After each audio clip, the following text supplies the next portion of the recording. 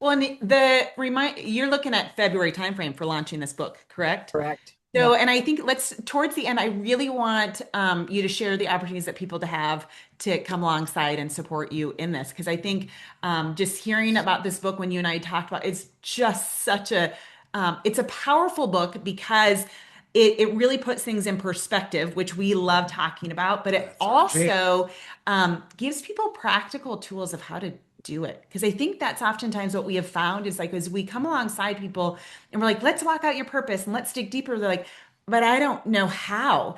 And so this book called Shocking the Shtick, which I want you to definitely share how you came up with that name.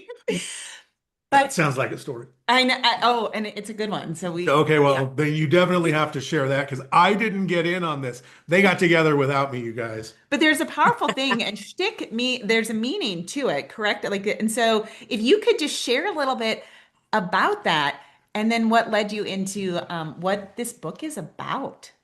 Certainly. Well, I looked up um, my book coach for my first book has a kind of a rules of thumb for what you want to name something, and you want it with an ing word at the beginning, the first word. And I always like sticking with something that sounds familiar. So my first book was Cultivating Your Character, and cultivating just fit with the Dakotas. You know, I was born in North Dakota, farming, ranching, things like that, and then I developed or worked on character. And so this one, I was like, all right, what is this working with? And I've kind of pulled them some things, and I went, I like the word shock. There's another author that used shock in her book title, and I was like, oh, I can use shocking. And I was like, all right, shocking what? So I was just kind of think of words and pulling things. You know, you use thesaurus. Now we've got the great chat GPT. Oh my goodness, I've used that so much. And All the time. I do have to give you a cheater. Most of the thing that you introduced me with helped by with chat GPT because I have to. Brilliant. My brain just goes, bleh. But so shtick has multiple meanings. And I think it was like the third or fourth meaning in Merriam-Webster. And this is the definition that they give is one's special trait, interest, or activity.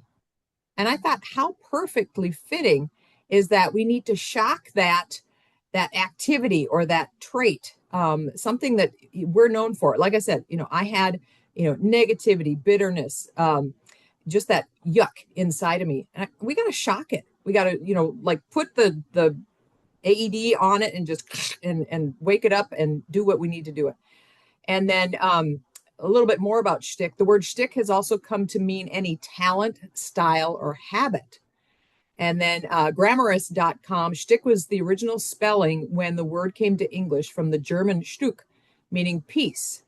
Here's more fact about it. Though the word usually refers to a performer's style or gimmick, it can also refer to any routine, style, or characteristic, especially one expressed in speech, particular to a person or a group of people.